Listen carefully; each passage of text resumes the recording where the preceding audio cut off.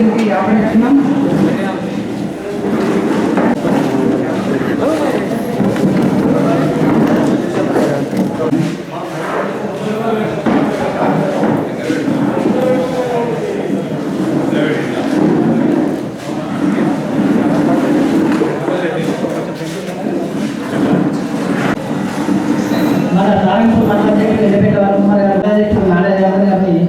కార్యకర్తలు 11 గంటలకు చేరుకున్న కార్యకర్తలు మనకు అనగా టైం కొంచెం తేడా అయినా కానీ నిరీక్షించి భోజనం చేసి తిన్నితంగా ఒప్పుకున్న ఎంత లేట్ అయినా పర్వాలేదని అందరికీ పాదాభివందనాలు.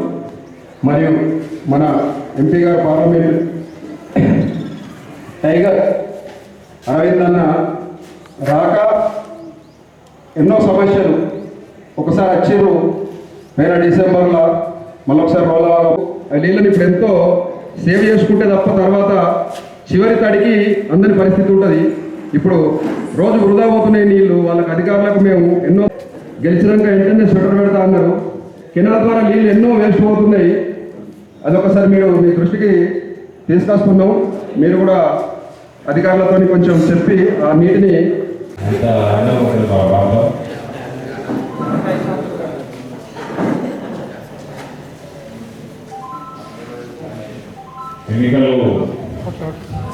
ఈ రోజున మన అరవింద్ అన్న గారు మన దగ్గరికి వచ్చారు.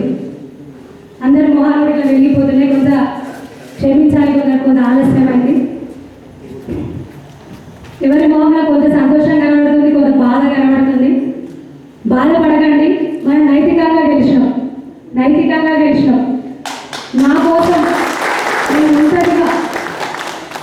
నా కోసం నేను ఒంటరిగా నిలబడ్డప్పుడు నాకు తోడుగా ఉండి నాకు ధైర్యాన్ని ఇచ్చి నాతో పాటు యుద్ధం చేస్తాం మీతో పాటు అని అడుగులో అడుగే కదంలోకి వచ్చిండ్రు. నా కోసం పోరాటం చేసిండ్రు. మీరందరూ రాజకీయంలో గెలుపోవడం సహజం, బాధపడకండి. మనం నైతికంగా గెలిచినాం. నా కోసం మీరు నిలబడ్డారు, మీకోసం నేను నిలబడతాను. ఎలాంటి పరిస్థితి ఉన్నా కానీ, ఎలాంటి సిచ్యువేషన్ అయినా కానీ మీకోసం నేను పోరాడతాను. మనందరం కలిసి సమిష్టిగా ప్రజల సమస్యల మీద కథం తొక్కుదాం, వాళ్ళకి అండగా నిలుద్దాం. మీకు ఏదున్నా కూడా మేము ఉంటాము, చూసుకుంటాము. తప్పకుండా మనం యుద్ధం ముగిసింది అని అనుకోకండి. యుద్ధం ఇప్పుడే మొదలైంది. ఒక ఆయనేమో గెలిచినా అనుకుంటుండు, కానీ గెలిచి ఓడిండు. ఇంకొక పెద్ద మనిషి గారేమో ఓడిపోయినా అనుకుంటున్నారు, కానీ వాళ్ళ ప్రభుత్వం వచ్చింది, గెలిచిండు. మనం నైతికంగా గెలిచినాం. వాళ్ళిద్దరు ఏం చేస్తారో, ఏం చేయాలో, వాళ్ళ హామీలు ఎలా నెరవేర్స్తారో మనం చూద్దాం. ఖచ్చితంగా వాళ్ళు ఇచ్చిన హామీలు నెరవేర్చాల్సిందే. వాళ్ళు చెప్పినవన్నీ ప్రజలకు అందించాల్సిందే. ప్రజల సమస్యల మీద పోరాడడానికి మనం ఎప్పుడు సిద్ధంగా ఉండాలి. నిజం ఎప్పటికైనా గెలుస్తుంది, కొంత సమయం అంతే. ఇప్పుడు రానున్నవి పార్లమెంటరీ, మళ్ళీ ఎట్లా కేంద్రంలో వచ్చేది మనదే మోదీ గారే, మళ్ళీ ఇక్కడ వచ్చేది మన అరవింద్ అన్ననే. ఈసారి కొంచెం పెద్ద పోస్టులే. అన్నగారు పెద్ద సెంట్రల్ మినిస్టర్ కావాలి. మళ్ళీ సెంట్రల్ మినిస్టర్ మనం మంచిగా పిలుచుకుందాం అన్నది. ఎందుకంటే మనస్వార్థం కూడా ఉంటుంది అలా. అన్నగారు సెంట్రల్ మినిస్టర్ వస్తే మంచి పదవిలో ఉంటే మనకు కూడా చాలా ఫండ్ వస్తుంది. అన్న ఈ ఒక 6 లిఫ్ట్లు అన్న రంగసార్ నుంచి తమ్ముడు రావాలి దాకా లిఫ్ట్లు అన్న అన్నీ వెళ్ళిపోయినాయి. మీరు ఎన్నో పోరాటం చేసినామన్నా.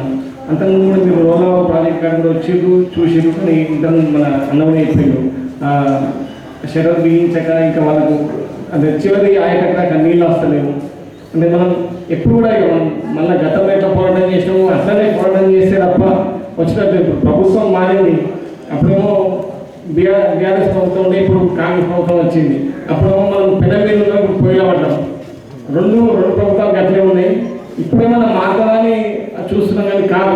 ఏదున్నా మళ్ళీ రాబోయే సరే ఎంతో కష్టపడి చెమట వచ్చి మన చెల్లెమ్మకు మనం ఎక్కడి నుంచి అయినా మనం మంచి మెజారిటీ ఇచ్చినాం. నైతికంగా ఇప్పటిలాగా చెల్లెమ్మ చెప్పినట్టు, శ్రావణి గారు చెప్పినట్టు నైతికంగా గెలిచినాం.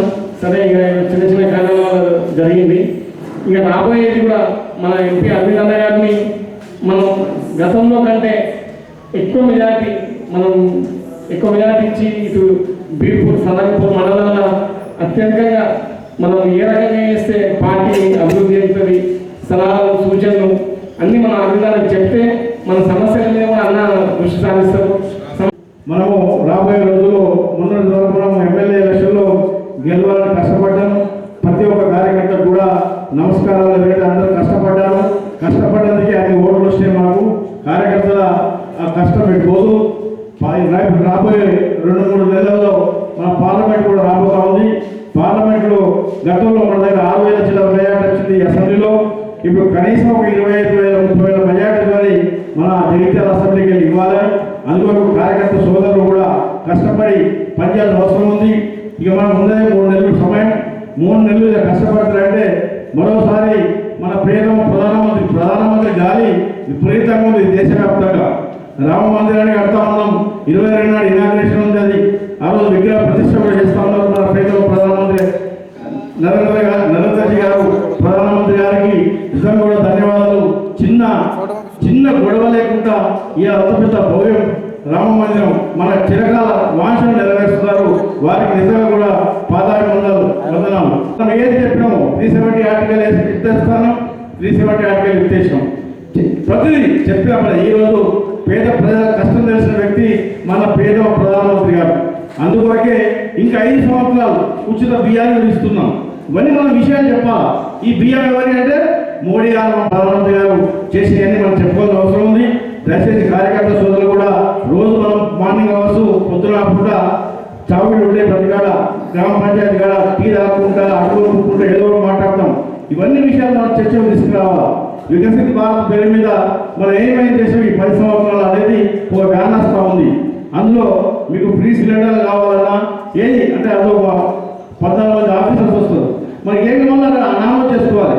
అవన్నీ విషయాలు కూడా మన ఎంపీ గారికి క్లియర్గా వివరిస్తారు. ఎన్ని కేంద్ర ప్రభుత్వ నిధులు డైవర్ట్ అయినాయి, దాని లెక్క ఏంటి, దాని పత్రం ఏంటి, అప్పుల లెక్క ఏంటి? 7 లక్షల కోట్ల అప్పులు ఉన్నాయని మనం చెప్పుకుంటూనే తిరిగినాము గత సంవత్సరంన్నర కాలం. మనకంటే ఎక్కువ కాంగ్రెస్ వాళ్ళు బీజేపీ వినాలి, కాంగ్రెస్ వాళ్ళు చెప్పుకుంటూ తిరిగిండు.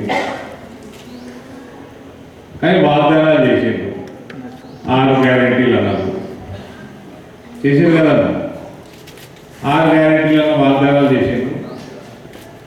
సరే, మన పార్టీ మేనిఫెస్టో మనం స్లోగా విడుదల చేసుకున్నాము.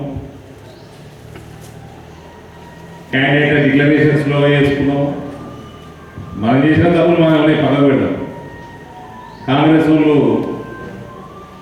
6 భాగం మంచి మేనిఫెస్టో నెలన్నర కిందనే వేసేసి ఇప్పుడేమో నెలగా వస్తుంది శ్వేతపత్రం రిలీజ్ చేస్తున్నాం. గ్యారంటీ ఇంప్లిమెంట్ చేయమంటే శ్వేతపత్రం అమ్మో పైసలు లేవు, 7 లక్షల కోట్ల అప్పులు ఉన్నాయి చూసుకోలేదు. మరి గత 2 సంవత్సరాలు మీరు కూడా అన్నారు కదా 6 లక్షల కోట్ల అప్పులు ఉన్నాయి, 7 లక్షల కోట్ల అప్పులు ఉన్నాయి. అంటే ఎలక్షన్లు ఏదో ఒక వాగ్దానం చేసేయాలి, ప్రజలకి ఆశ చూపెట్టాలి, ఓట్లు వేసుకపోవాలి. ఓట్లు వేసుకపోయినాక మళ్ళీ 5 సంవత్సరాలుగా ఆయన ఉండడు. అప్పటి వరకు ఎంత దోచుకోవాలో దోచుకోవాలి. ఇప్పుడు ముఖ్యమంత్రి గారు, మంత్రి పదవులు ఉన్నవాళ్ళు వీళ్ళకి తెలియదా? అక్టోబర్ నవంబర్లో తెలియదా వీళ్ళకి 7 లక్షల కోట్ల అప్పులు ఉన్నామని? వాగ్దానాలు చేసిండ్రు, ఓట్లు వేసుకున్నారు. తెలంగాణ కూడా ఏదో ఆగమైపోయి వాళ్ళకి 90 సీట్లు ఇవ్వలేదు, జస్ట్ బార్డర్ దాటింది. లక్షల కోట్ల అప్పు, వేల కోట్ల రూపాయల ఎలక్షన్ల ఖర్చు. మళ్ళీ తెల్లారులేస్తే మళ్ళీ అవినీతి, మళ్ళా కరప్షన్లు, మన కమిషన్లు, ఎక్కడ ప్రాజెక్టులో పనిచేసేది లేదు. కేంద్ర ప్రభుత్వం నిధులు గాయం చేసుడు, రాష్ట్ర ప్రభుత్వం నిధులు గాయం చేసుడు, కొనుగోలు కేంద్రాలు పెట్టి రైస్ మిల్లకు అప్పచెప్తే ఆడ బియ్యం అమ్మేసుకున్నాడు. ఇవన్నీ బయటపడుతున్నాయి. ఒకళ్ళేమో దోచుకొని ముంచేసింది, ఇంకోళ్ళేమో ప్రజల్ని మభ్యపెట్టి ఓట్లు వేయించుకుంటాం. ఇప్పుడు ఏమైనా ఉంది అంటే ఉన్న బస్సులలో మహిళలు ఎక్కిస్తున్నారు, మహిళలకు ఫ్రీ బస్ అన్నారు, కొత్త బస్సులు పెట్టిందా? ఉన్న బస్సులలో మహిళలు ఎక్కిస్తున్నారు. మీరు అంతా నడువురు, ఇక సైకిల్ ఉంటుంది అంతా. కొత్త బస్సులు తెస్తారా? ట్రాన్స్పోర్ట్ ఆర్టీసీ డిపార్ట్మెంట్లో ఆదాయం ఎట్లా పెంచుకోవాలి? రైతులకి రైతు బంధు ఎక్కువ ఇస్తాను, రైతాంగ ఆదాయం ఎట్లా పెంచాలి?